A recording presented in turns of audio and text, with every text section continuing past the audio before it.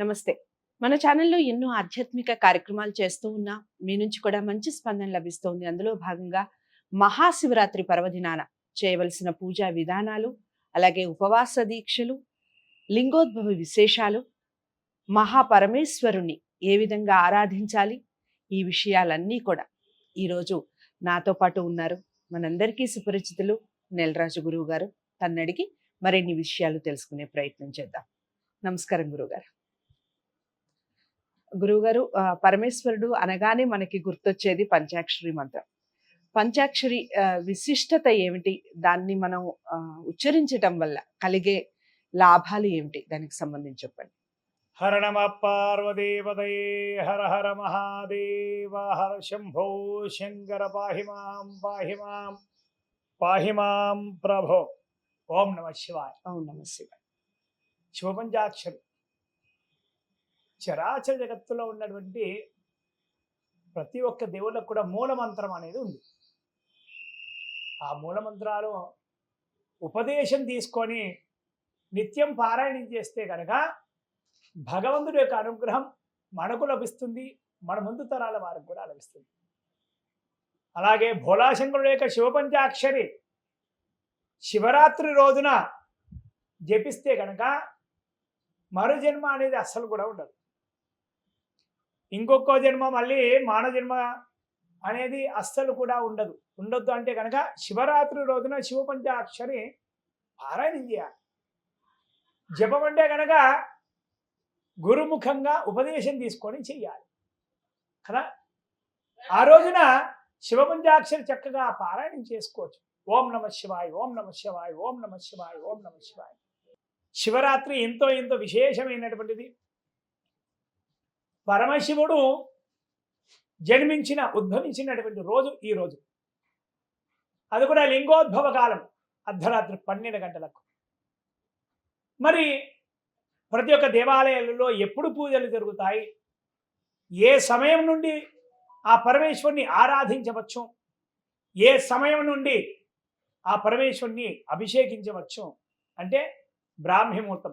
చరాచర జగత్తులో ఉన్నటువంటి ప్రతి ఒక్క దేవాలయం కూడా ఉదయం 3:30 ఆలయాలన్నీ కూడా తెరవబడతాయి. కాగానే ప్రభాత హారతి, సుప్రభాత హారతితో స్వామివారికి మేలుకొలుపు కాగానే పరమేశ్వరుడు అభిషేక ప్రియుడు. కంటిన్యూగా నాన్ స్టాప్గా స్వామివారికి అభిషేకించినా కూడా తక్కువే. మనం ప్రతి ఒక్క ఆలయాలలో కూడా పరమేశ్వరుని అభిషేకిస్తున్నారు. పంచామృతాలతో, వివిధ రకములైన పండ్ల రసాలతో, వివిధ రకాలైనటువంటి పదార్థాలతో కూడా, ఎన్నెన్నో పుష్పాలతో కూడా స్వామిని అభిషేకిస్తున్నారు, అర్చిస్తున్నారు కదా. ప్రతి ఒక్క ఆలయంలో ఉదయం మహాన్యాసపూర్వకంగా జరుగుతున్నాయి. ఏకాదశి రుద్రాభిషేకాలు కూడా జరుగుతున్నాయి 11 సార్లు. అలాగే ఏకవార రుద్రాభిషేకాలు కూడా జరుగుతాయి లఘున్యాసంగా.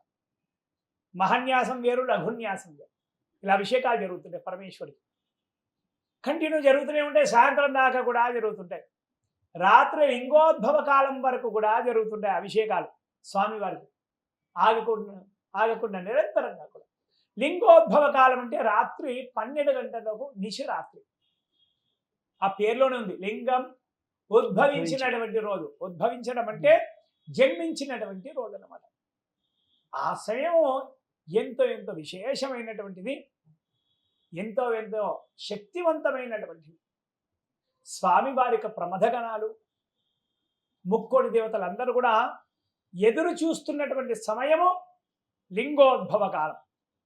ఆ సమయంలో చరాచర జగత్తులో ఉన్నటువంటి ఎవరి ఇంట్లోనైనా సరే చిన్న శివలింగం ఉన్నా సరే, ఆ శివలింగం పైన ఒక చుక్క నీళ్లు పోసినా చాలు, సాక్షాత్ ఆ కైలాసవాసుల వారికి చెందుతాయి ఆ నీళ్లు. ప్రతి ఒక్క శివలింగంలో లింగోద్భవ కాలంలో ఆ పరమేశ్వరుడు యొక్క శక్తి దాగి ఉంటుంది. ఆ లింగోద్భవ కాలంలో నీళ్లు పోసిన తర్వాత కొద్దిగంత విభూతి కానీ, గంధం కానీ, పసుపు కానీ, కుంకుమ కానీ, బిల్వపత్రమే కానీ, లేదా ఏ పుష్పమైనా సరే స్వామివారికి సమర్పిస్తే చాలు, ఆ కైలాసనాథుడు పరవశించిపోతారు. అలాగే అమ్మవారి యొక్క అపార అనుగ్రహం లభిస్తుంది. సర్వగణాలకు అధిపతి అయినటువంటి గణపతి యొక్క అనుగ్రహం కూడా కలుగుతుంది. సేనాధిపతి అయినటువంటి సుబ్రహ్మణ్య స్వామి వారి యొక్క అనుగ్రహం కూడా కలుగుతుంది. ఆ శివపరివారం యొక్క సంపూర్ణ అనుగ్రహం కలుగుతుంది. అలాగే శివుడికి ఎంతో ఇష్టమైనటువంటి వాడు మహావిష్ణువు. ఆ మహావిష్ణువు యొక్క సంపూర్ణ అనుగ్రహం కూడా లభిస్తుంది. ఆ లింగోద్భవ కాలానంతరం శివపార్వతుల కళ్యాణం కూడా జరుగుతుంది. ఆ శివపార్వతుల కళ్యాణం అంతా సంపూర్ణమయ్యేసరికి బ్రాహ్మీముహూర్తం రాని వస్తుంది.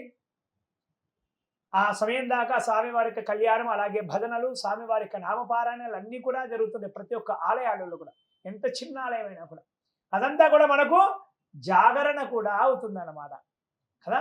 ఉదయం 3:30 మొదలు పెడితే మరుసటి రోజు 3:30 దాకా స్వామివారి యొక్క భజన, నామపారాయణం, ఉపవాసము, స్వామివారి అభిషేకాలు, కళ్యాణాలు ఇవన్నీ కూడా ఈ సమయంలో మనకు అన్నీ కూడా గడిచిపోతాయి. ఎంతో విశేషమైనటువంటిది శివరాత్రి. సంవత్సరానికి ఒక్కసారి వచ్చేటువంటి శివరాత్రి. భోళాశంకరుడు అడిగినా అడగకున్నా కూడా తనకు తానే భక్తుడి యొక్క మనసులోని కోరికను తెలుసుకొని వరాలు ఇచ్చేటువంటి ఏకైక భగవంతుడు ఎవరైనా ఉన్నారు అంటే కనుక ఆ భోళాశంకరుడే, ఆ పరమేశ్వరుడే. నువ్వు అడగకున్నా కూడా నీకేం కావాలో అన్నీ ఆయనకు తెలుసు. వెళ్ళి ఒక్క నమస్కారం చేసుకున్నా చాలు. లింగ దర్శనం 7 జన్మల పాప వినాశం. శివరాత్రి రోజున లింగ దర్శనం చేసుకుంటే చాలు 7 జన్మల పాపాలన్నీ కూడా నశించిపోతాయి. ఇక అలాగే మరి అభిషేకాలు కూడా చేస్తున్నాం, అర్చనలు కూడా చేస్తున్నాం కదా. శివుడికి మరి ఏ పుష్పం ఇష్టము, ఏ పత్రం ఇష్టము అంటే కనుక ఒకే ఒక పత్రం ఇష్టం లేదు ఆయనకు, కేతకి పుష్పం. ఆ పుష్పాన్ని వదిలిపెట్టేసి మిగతా పుష్పాలన్నింటితో చక్కగా స్వామి వారిని ఆరాధించవచ్చు. శివుడు ఆజ్ఞ లేనిదే చీమైనా పుట్టదు కదా. చీమ అంటే కదిలే అటువంటి ప్రాణం ఉన్నటువంటి జీవి కదా. అలాగే చెట్లు మొక్కలు ఎన్నో కూడా ఉన్నాయి, ఎన్నో పుష్పాలు ఉన్నాయి కదా. అవి కూడా శివుడు ఆజ్ఞ లేనిది ఏది కూడా మొలకెత్తదు. శివుడు ఆజ్ఞ లేనిది చీమైనా పుట్టదంటారు కదా. అలాగే శివుడు ఆజ్ఞ లేనిది కూడా ఏ మొక్క కూడా భూమిలో నుండి ఉద్భవించదు కదా. మరి ఆ పత్రాలు, పుష్పాలు అన్నీ కూడా సర్వం స్వామి వారికి చక్కగా సమర్పించవచ్చు. భోళాశంకరుడు యొక్క అనుగ్రహం కలగాలంటే అతి శీఘ్రంగా అడగకున్నా కూడా మనకు ఆయన యొక్క అనుగ్రహం కలగాలి అంటే కనుక శివరాత్రి ఎంతో విశేషమైనటువంటిది, మహాపర్వదినం. ఉపవాసం విషయానికి వద్దగా